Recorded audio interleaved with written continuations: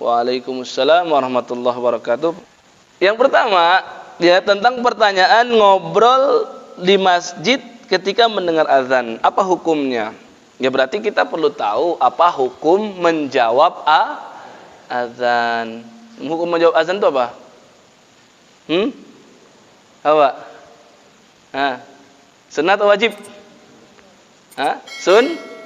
Sunnah kata jumhur. Kata mayoritas para ulama itu sunnah. Tidak dinafikan, ada sebagian ulama yang mengatakan wajib. Kenapa? Karena bunyi redaksi hadis dari Nabi SAW, idza sami'tumun nida, jika kalian mendengar azan, faqulu, maka ucapkanlah. Nah, ini faqulu ini kan perintah. Jika mendengar maka harus begini. Nah, gitu. Perintah. Ya, perintahnya apa? Ucapkanlah seperti yang diucapkan muadzin. Dalam beberapa riwayat Nabi sebutkan secara rinci.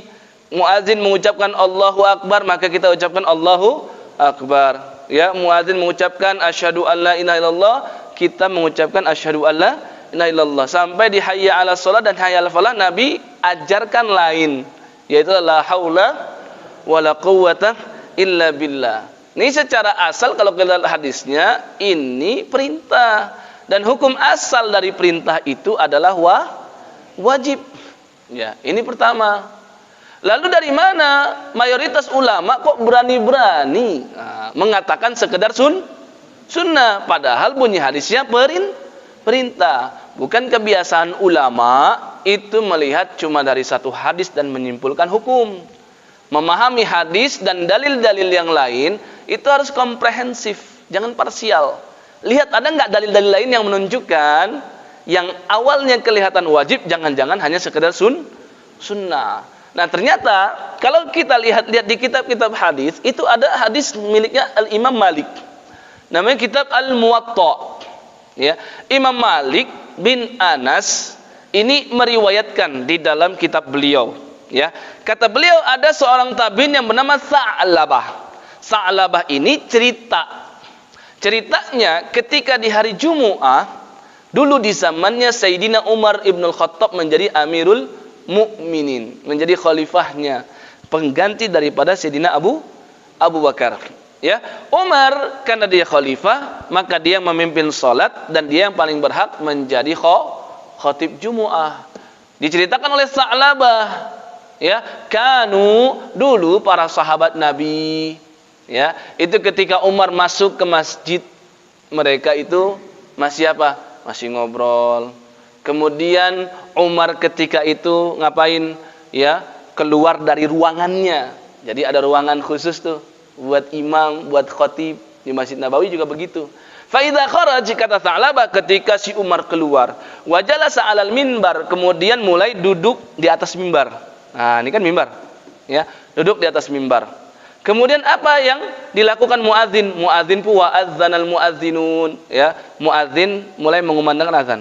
Wa adzana al muadzin. Maka kata si Sa'labah ini apa? Jalasna natahadats. Kami duduk dan kami masih ada yang ngobrol. Berarti kan ini menunjukkan ketika azan sedang berkumandang, itu di situ ada sahabat, karena di zaman Umar tuh sahabat masih banyak sahabat di zaman Umar, ya, dan para tabiin juga banyak. Mereka semua ternyata pada ngobrol. Inilah yang memalingkan dari wajib menjadi sunnah. Kenapa? Karena seandainya memang menjawab azan itu wajib, maka tentulah ada salah seorang sahabat lain yang mengingatkan. Paling nggak ngasih tahu, kalian diam, ini sedang azan. Atau Sayyidina Umar yang langsung mengingatkan.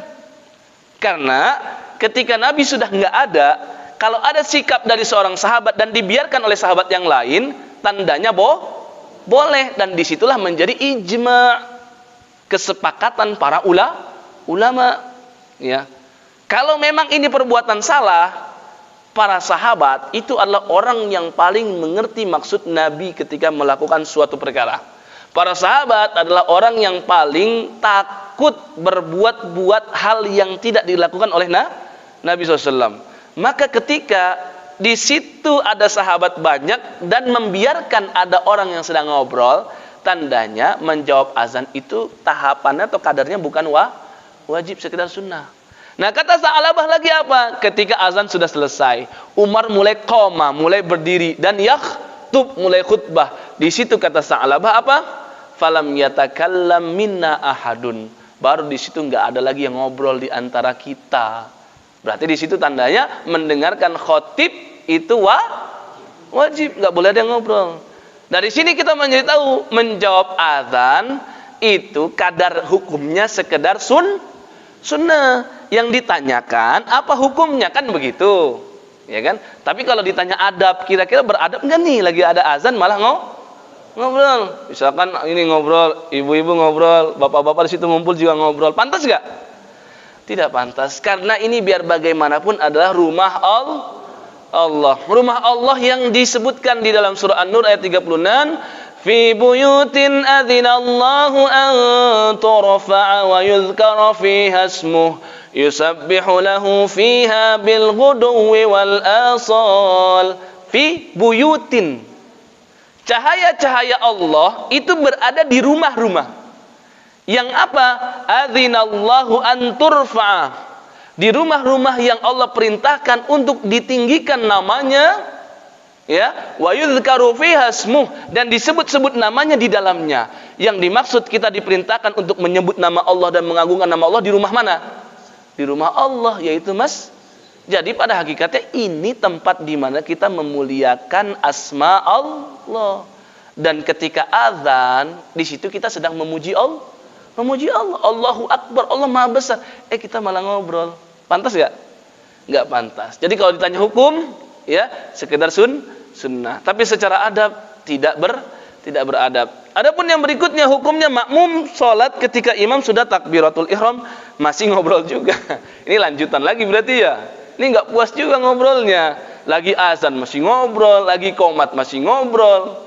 Imam sudah sawu sufufakum, sudah Allahu Akbar, masih juga ngobrol di belakang. Ya, nanti imam yang batuk. Biasanya kan imam yang dibatukin oleh makmum, kepanjangan dan lain sebagainya. Sekarang nanti imamnya batuk kalau kayak gitu. Ya. Hukumnya bagaimana? Kalau yang kedua hukumnya haram. Kalau tadi haram bagaimana? Ya nggak boleh, dilarang. Kenapa? Ibadah orang lain, mengganggu ibadah lain, itu saja tidak boleh. Apalagi hal yang tidak penting, yaitu ngobrol. Dulu Nabi ketika i'tikaf di bulan Ramadan, Masjid Nabawi, itu kan nggak karpet begini, ya, masih tanah. Nabi i'tikaf di sana. Beliau buat kemah. Diceritakan itu beliau buat kemah terus ada penutupnya. Nabi ngaji di dalam. Terus ada orang-orang yang masuk ke Masjid Nabawi, ada yang sholat, ada yang baca Quran, i'tikaf juga. Tapi baca Qurannya dikenceng-kencengin. Nabi juga sedang zikir, ya, masing-masing punya hak. Tapi masing-masing berkewajiban untuk menjaga hak orang lain. Maka Nabi buka sitarnya, ya, penutup kemahnya. Beliau nongol kepalanya, beliau kasih tahu, ala ketahuilah, inna kullakum munajin rabbah. Masing-masing di antara kalian itu sedang bermunajat kepada Allah. Bukan kamu doang yang munajat sama Allah. Saya nih di sini juga lagi bermunajat. Maka kata beliau, fala yu'dhiyanna ba'dukum ba'dha. Jangan sampai munajat sebagian kalian mengganggu munajat yang lain. Wala yarfa' ba'dukum ala ba'din fil qiraah. Jangan sampai bacaan Quran seseorang mengganggu bacaan Quran yang lain. Tuh, yang sesama ibadah aja dilarang mengeraskan suara, takutnya ngeganggu ibadah yang. Nah, sekarang pikirin aja deh. Lagi sholat, ada yang ngobrol kenceng-kenceng, ganggu yang sholat. Yang sesama ibadah saja nggak boleh ganggu, apalagi yang ini bukan ibadah. Tahu sendiri jawabannya ya. Nah, itulah kira-kira. Wallahu a'lam bishawab.